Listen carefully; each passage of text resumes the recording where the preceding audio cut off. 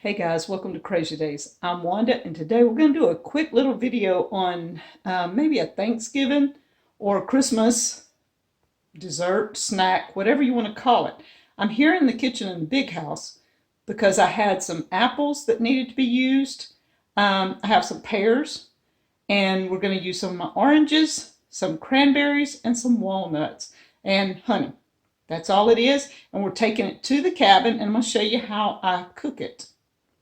It doesn't have a name. I don't know. Maybe I should name this Wanda's Crazy Fruit Snack. Who knows? But y'all come up with a name. Tell me in the description below what you would call this. And I'm going to show you what I'm doing right quick. I had all these apples that I needed to use because I didn't want them to go bad. So I've got them all cut up here, peeled, cut up, sliced in my bowl. I'm going to take it over to the cabin. I have some of my walnuts. They've been in the freezer. These I got for 50 cents. So you can't beat it. What's your discounts? I put these in the freezer. We're going to cut these up, add them. And I may cut these into smaller chunks, but I may not. I may leave them. I don't know. I think I'll leave them. I'll leave them big. We'll add the walnuts. I've got 3 pears. I'm not going to use a bunch of pears, but I'm going to use 3 of them and add in. I'm going to take my oranges and I'm just going to slice them and just squeeze the juice all over it. I'm going to add some of my honey from Koi Farms here in Wiggins. I'm going to add honey to it. And I have some dried cranberries, some craisins that I bought at Sam's when Amanda and I took Danny on our Sam's run that he wasn't real pleased about. But he went. He's a good guy. And we'll take him again someday soon because I'm down to here with my craisins. So I'm going to add the craisins and all into it. And we're taking it over to the cabin, guys. And I'll show you what we're going to do when we get over there.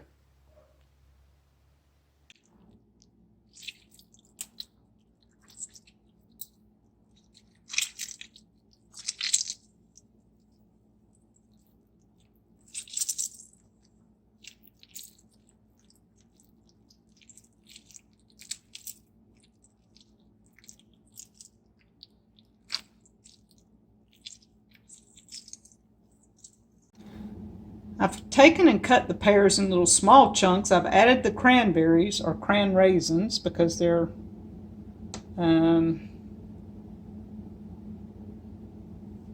that should be enough honey. I've squeezed the first orange. I'm fixing to add the second orange. And guys, this is going to be awesome. You can add cinnamon if you want. Danny doesn't eat cinnamon right now because of his heart, so we're not adding any cinnamon. But cinnamon would be a wonderful addition to this. And for you guys that want a recipe, hey, there's not a recipe. Add as many apples as you want, as many pears, as many craisins, as many walnuts, orange juice, lemon juice, whatever you got. If you have dried fruit, like I have some dried figs, dried blueberries, you could do dried apples. If you want to add some dried fruits to it, I've got dried apples. Anything you want to add, throw it in there. And we're fixing to show you how we're going to cook this. As an add-in, I'm doing the sliced almond.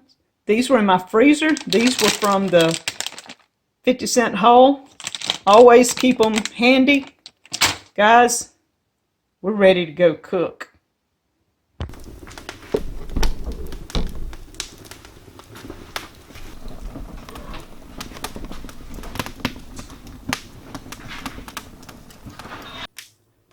Okay guys, we're over here at the cabin and Danny has a fire going. He started it early this morning and he cooked breakfast on it and he's let it cool down for breakfast. Right now it's flaming, so we don't want to put our pot on there right now. I've got this little pot. It is a coated pot and the handles are made onto it. That's the kind, and the top the handle's made. And we've got all our apples and cranberries and almonds and orange and pears and all. And I'm going to sit it right now over to the side. And what I'm going to do is wait for this to cool down. And when it cools down, we'll come back and we'll sit it up over the coals. That way it's cooking slowly. Right now it'll just be sitting to the side. In about 10 minutes, I'll come flip it around. I'll just, I've got pot holder. Right now it's not hot, but you want to have a pot holder because this gets hot really quickly. You want to spin it around, and after a while, about 10 minutes, come spin it back until this cools down. When it cools down, we can sit it up over the coals and just keep an eye on it and rotate it so it doesn't get too hot, and stir it on occasion, and probably within, I don't know, we'll check it and see how long it takes to cook over a fire. I've not really judged it yet, so here we go. Let's check it out. Isn't that fire beautiful? Okay, so you can see the coals have died down. I took the poker and kind of raked the coals around. Got them leveled out like I want them. Now we're going to take this pot and I'm going to sit it on the side because that's still wanting to smoke and blaze up. And we're going to sit it here. I'm going to move this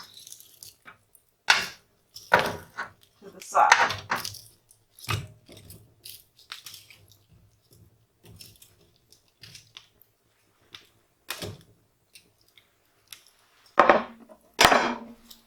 Okay, so I moved that one to the side where the smoke is not on my pot so bad. And we're going to let this go and I'll come check it in a few minutes. It's been about 30 minutes. Everything's kind of died down. We've got coals. And I checked the pot and stirred it. It is boiling down in the bottom. So it's gotten really good and hot in 30 minutes. And it's starting to do what we need it to do.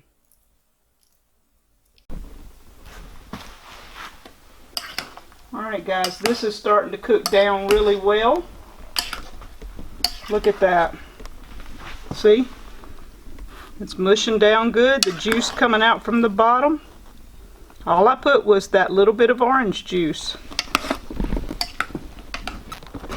And this is doing really well.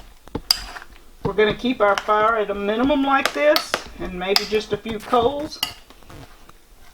And it's not going to take maybe an hour to cook this on this fire. Not long at all to what you would think. And remember, your pots are hot. And that's starting to smoke, so I'm going to sit it on this side. And we'll just keep turning it. This is some of our log siding that we split up. And I'm just sticking a few on this side and letting it smoke. It will smoke my pot up some, but this is a pot that I have over here that we can use on this. And it's not too bad to clean up. And so I'll add a few along to keep the coals going, and I'll twist my pot.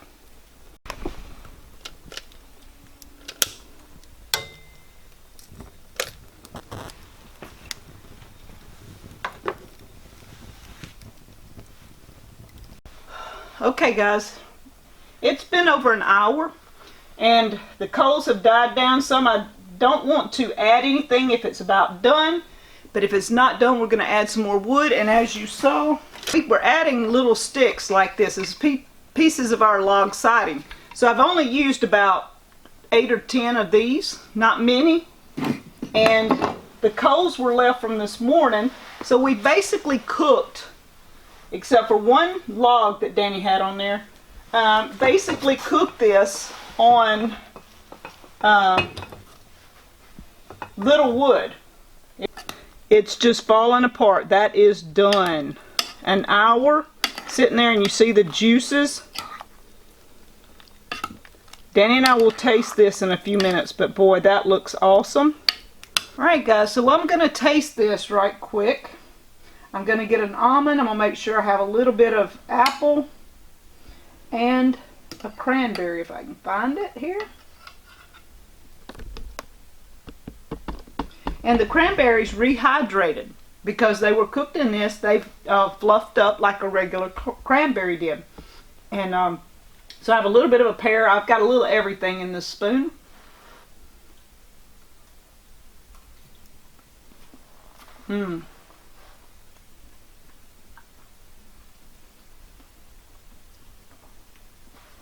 You can taste it all, even the orange.